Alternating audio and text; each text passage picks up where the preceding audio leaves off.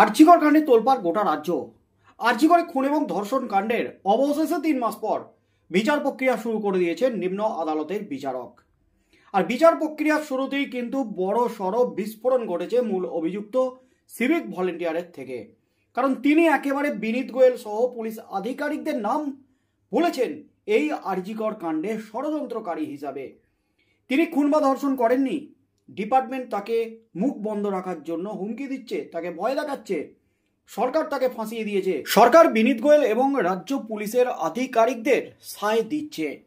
এমনই কিন্তু বিস্ফোরক সব দাবি করে রাজ্য রাজনীতিতে তুমুল হইচই ফেলে দিয়েছিলেন সিভিক ভলেন্টিয়ার ধৃত মেন অভিযুক্ত সঞ্জয় রায়। এবং সঞ্জয় রায়কে নিয়ে কিন্তু তোলপাড় পড়ে গেছে গোটা রাজ্য রাজনীতিতে।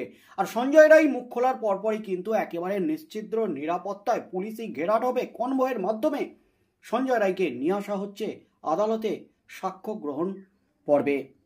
তার মধ্যেই কিন্তু এত নিরাপত্তা বেষ্টনী থাকা সত্ত্বেও তৃতীয় দিনে অর্থাৎ বুধবার রীতিমতো হাতের ইশারায় রীতিমতো বোমা ফাটানোর চেষ্টা করেছেন। তবে তার পরপর শত চেষ্টা করলেও সঞ্জয় রায়ের মুখ বন্ধ করতে পারেনি পুলিশ। কারণ তৃতীয় দিনের শেষে আদালত থেকে বেরিয়ে ফের মুখ খুলেছেন সঞ্জয় রায়। তবে তিনি শুধুমাত্র এ কথাটাই বলেছেন যে আমাকে মুখ খুলতে দেওয়া হচ্ছে না, আমাকে কিছু বলতে দেওয়া হচ্ছে না। তারপরে কিন্তু সঞ্জয় রায়কে টেনে হিজড়ে গাড়িতে তুলে নিয়ে চলে যায় পুলিশ। আর কিছু শুনতে পাননি সাংবাদিকরা। আর তার মধ্যেই কিন্তু চতুর্থ দিনে পড়েছে আরজিকরের বিচার প্রক্রিয়া। বৃহস্পতিবার ছিল চতুর্থ দিনের বিচার প্রক্রিয়া। চতুর্থ দিনে কিন্তু একেবারে খেলা ঘুরে গেল। সঞ্জয় রায়ের যে দাবি বিনীত গোয়েলের নাম, তাকে সরকার ফাঁসাচ্ছে, এই নিয়ে কিন্তু রীতিমতো হইচইয়ের মাঝে চতুর্থ দিনের বিচার প্রক্রিয়ায় রীতিমতো তোলপাড়। সঞ্জয় রায়কে নিয়ে যা পদক্ষেপ চতুর্থ দিনে যা ঘটল আদালতে, তাতেই কিন্তু নতুন করে শোরগোল পড়ে গেল একেবারে গোটা রাজ্য জুড়ে। গত দুদিনের মতো বৃহস্পতিবারও আদালত চত্বরে কোনো রকম মন্তব্য করতে পারলেন না আরজিকর কাণ্ডে ধৃত সিভিক ভলেন্টিয়ার। তৃতীয় দিনে কিছুটা হলেও মুখ খুলেছিলেন তিনি। তবে সেই অভিজ্ঞতা থেকে ফের কিন্তু রাজ্য পুলিশ একেবারে কড়া নিরাপত্তা বেষ্টনীতে মুড়ে ফেলে সঞ্জয় রায়কে। তাকে নিয়ে আগের দুদিনের কৌশলই বজায় রাখল কলকাতা পুলিশ। বৃহস্পতিবার বিচারের চতুর্থ দিনে ধৃত সিভিক ভলেন্টিয়ারকে শিয়ালদা আদালতে হাজির করানো হয়। কনভয়ে ছিল বেশ কয়েকটি প্রিজম ভ্যান এবং কালো কাঁচ তোলা একটি সাদা গাড়ি। সূত্রের খবর ওই সাদা গাড়িতেই ছিলেন ধৃত সিভিক ভলেন্টিয়ার। অন্যদিকে বৃহস্পতিবার রুদ্ধদ্বার এজলাসে 3 জনের সাক্ষ্য গ্রহণ করা হয়েছে। তাদের মধ্যে 2 জন চিকিৎসক এবং 1 জন ভিডিওগ্রাফার। শুক্রবার আরজিকর মামলার শুনানি নেই শিয়ালদা আদালতে, কারণ শুক্রবার ছুটি। তারপর শনিবার এবং রবিবার এমনিতেই কোর্ট বন্ধ। তাই সোমবার থেকে পরের 4 দিনে 2 জন করে সাক্ষ্য নেবেন বিচারক। তাই সোমবার থেকে কিন্তু ফের শুরু হচ্ছে বিচার প্রক্রিয়া। অর্থাৎ এই সপ্তাহে 4 দিন বিচার প্রক্রিয়া চলল। 4 দিনে প্রথম দিন অভয়ার বাবা এবং তার পরিবারের একজন পরিচিত বন্ধু, তার সাথে সাথে দ্বিতীয় দিন 2 চিকিৎসক, তৃতীয় দিনেও কিন্তু তাই, এবং চতুর্থ দিনে 3 জনের সাক্ষ্য গ্রহণ হলো। অর্থাৎ এই 4 দিনে 10 থেকে 11 জনের সাক্ষ্য গ্রহণ করলেন বিচারক। তার মধ্যে প্রতিদিনই কিন্তু উপস্থিত করানো হচ্ছে অভিযুক্ত সিভিক ভলেন্টিয়ারকে। বিচারের প্রথম দিনে গত সোমবার আদালত থেকে প্রিজম ভ্যানে বার হওয়ার সময় অভিযুক্ত সিভিক ভলেন্টিয়ার চিৎকার করে দাবি করেন তিনি ষড়যন্ত্রের শিকার। এরপরই সক্রিয় হয় কলকাতা পুলিশ।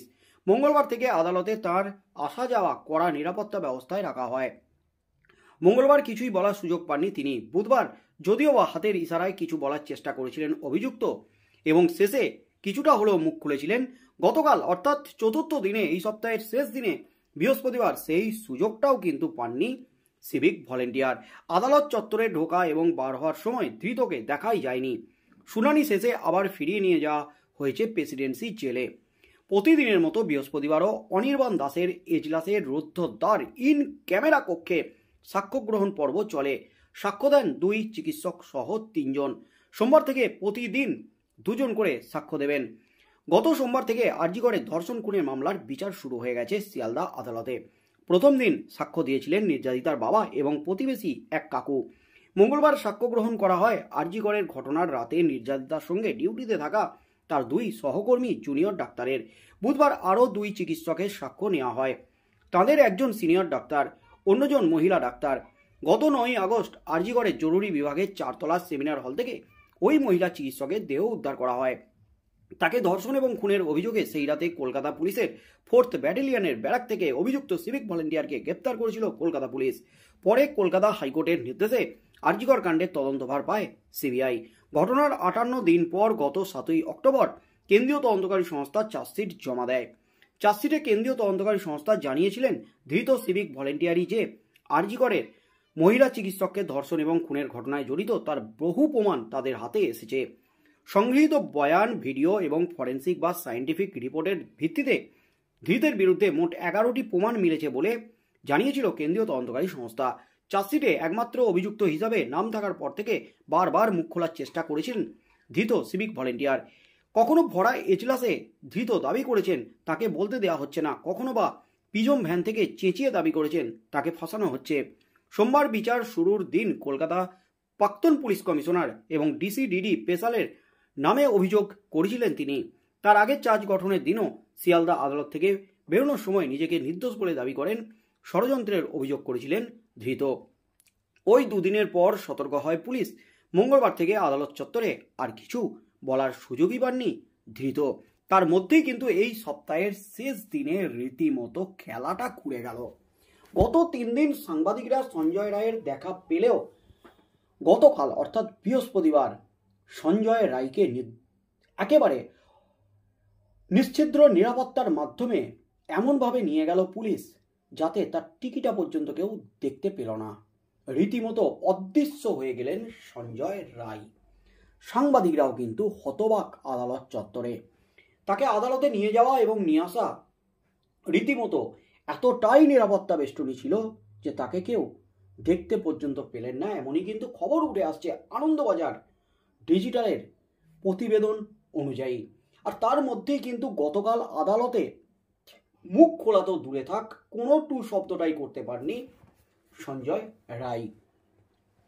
আদালতের ভিতরে বিচারকের সামনে রুদ্ধদ্বার কক্ষে ঘন্টার পর ঘন্টা ধরে চলছে এই সাক্ষ্য গ্রহণ প্রক্রিয়া এবং আগামী সোমবার থেকে ফের শুরু হবে সাক্ষ্য গ্রহণ প্রক্রিয়া। এরপর থেকে কিন্তু 2 জন করে সাক্ষ্য গ্রহণ করবেন বিচারক। মোট 128 জন সাক্ষী আছে এই মামলায়। তার মধ্যেই কিন্তু প্রথম সপ্তাহে 4 দিনে 10 জন থেকে 11 জনের মতো সাক্ষ্য গ্রহণ ইতিমধ্যেই সম্পন্ন হয়েছে। সঞ্জয় রায় প্রতিদিন উপস্থিত থাকছেন, যেহেতু তিনি মেন অভিযুক্ত তাকে উপস্থিত থাকতেই হবে। তবে তিনি যে বিনীত গোয়েল বা পুলিশ আধিকারিকদের নাম বলেছেন তার দাবি কিন্তু ধোপে টিকবে না, এমনই জানাচ্ছে আইনজীবী মহলের একাংশ। কারণ তিনি যে দাবি করেছেন সেই দাবিটা কেন সিবিআইয়ের জেরার সময় করেননি, এই প্রশ্নগুলো কিন্তু উঠে যাচ্ছে রাজ্য রাজনীতিতে। নিজেকে বাঁচাতেই কি নিজে ফেঁসে গেছেন বা নিজে যে ফাঁসির আসামি, ফাঁসি যে তার নিশ্চিত, এটা জেনেই কি নিজেকে বাঁচাতে তিনি এই কেসটাকে অন্যদিকে ঘুরিয়ে দিতে চাইছেন? তাই কি বিনীত গোয়েল সহ অন্য পুলিশ আধিকারিকদের নাম নিচ্ছেন? এই প্রশ্নটা কিন্তু উঠে গেছে। কেন সিবিআই জেরার সময় বা আদালত কক্ষে যখন তার শুনানি চলছিল সেই সময় কেন তিনি মুখ খুলে নামগুলো বলেননি, এই প্রশ্নগুলোই কিন্তু উঠে গেছে। তাই এই মুহূর্তে তিনি যে দাবি করছেন তার দাবিতে কিন্তু কোনো আমল দেবে না আদালত থেকে শুরু করে কেউ বা সিবিআই। কারণ তিনি যে দাবি করেছেন সেটা তাকে প্রমাণ সহ তুলে ধরতে হবে আদালতে, তবেই কিন্তু ধোপে টিকবে। তাই আগামী দিনে কি হতে চলেছে, সঞ্জয় রায় যে দাবি করেছেন সেটা কি প্রমাণ সহ আদালতে তুলে ধরতে পারবেন? আগামী দিনে কি হতে চলেছে, এই আরজি করে খুন এবং ধর্ষণ কাণ্ডের যে রহস্য, এই রহস্যভেদ কবে হয়? মেন অভিযুক্ত কে, মেন মাথা কে, সঞ্জয় রায় নাকি অন্য কে, নাকি এর পিছনে ছিল গভীর ষড়যন্ত্র? সেই ষড়যন্ত্রকারীকে, সেই ষড়যন্ত্রকারী ধরা পড়ে কিনা সেদিকেই চোখ থাকবে গোটা রাজ্যের।